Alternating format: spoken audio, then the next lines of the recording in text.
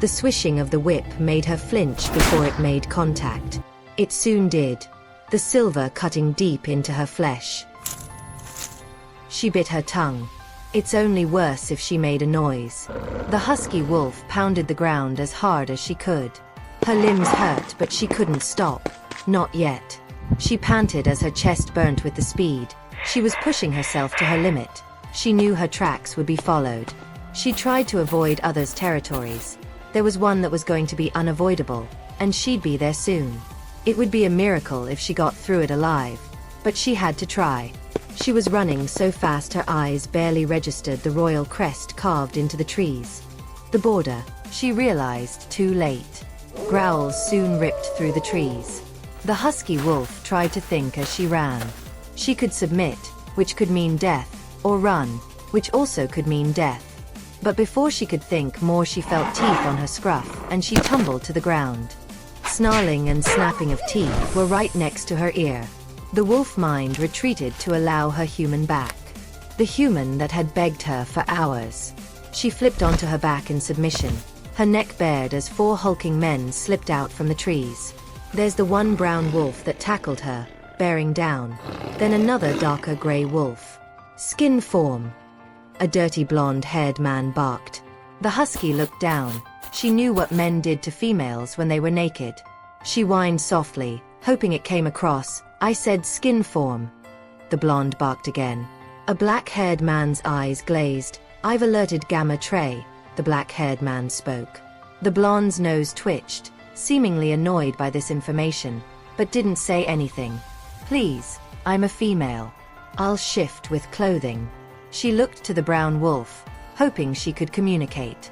All wolves that had alliance with the king could communicate in wolf form. She hadn't got that alliance, however. Her pack was one of 3 that were classed as enemies of the crown. She knew this was dangerous, but it was her only hope.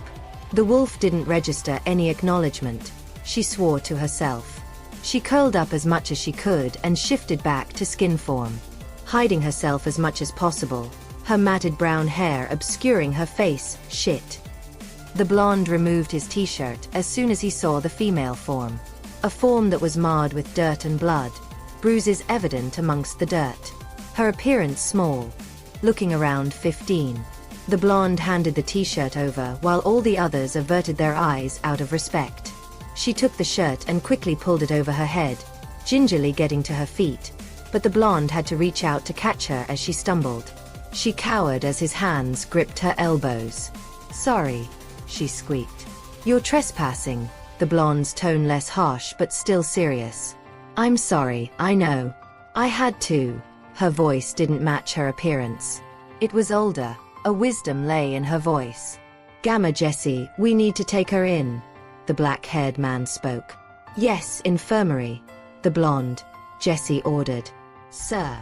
Jessie ignored the question. Can you walk? It's a few miles. Jessie asked the brown-haired girl, still that note of authority in his voice. She began to think this was a bad idea. What if she was jumping from the frying pan into the fire? Her body shook and she backed away from the royal Gamma, terrified of what he'd do.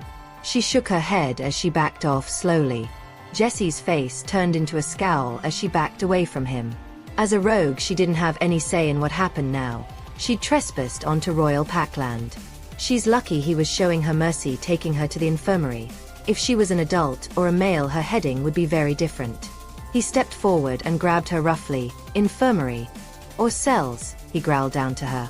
She squeaked, trying to wrench her arm from his grasp, but failing.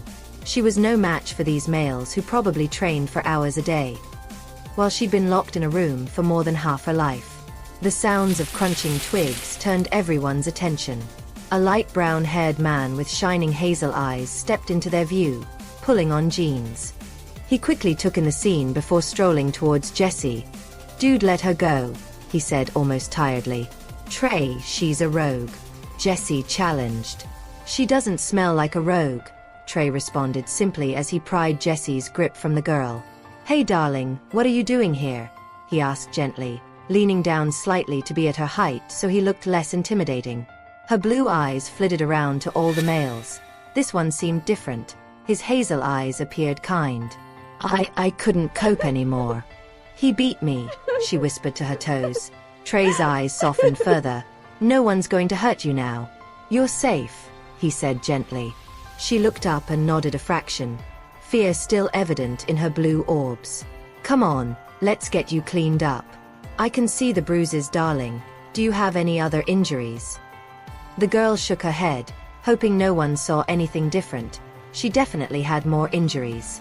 She knew in skin form she'd struggle to walk far. She'd been running all night. Her wolf was much stronger than her skin. Her wolf could cope. Trey gently guided her, his arm hovering over her shoulder. The black-haired man followed while the others continued their patrol.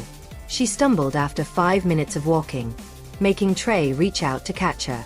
You okay? He asked as he set her back on her feet, her knees shaking with the effort of holding herself up. She nodded, not very convincingly, trying to take another step, but her knees buckled. Trey quickly scooped her up, carefully placing his hands so as to not touch anything inappropriate. Her wide, fearful blue eyes looked up to him. He felt the shivers racking through her body. I'm not going to hurt you. He smiled kindly as he strode at a much quicker pace than they'd been going. Everyone does, she whispered, barely audibly. Not here, the king protects everyone. The girl shook her head. He'll protect you, Trey comforted. What's your name? Clara, she whispered. Now her adrenaline was leaving her body. Exhaustion was gripping her. She knew she couldn't fall asleep though. She needed to stay alert.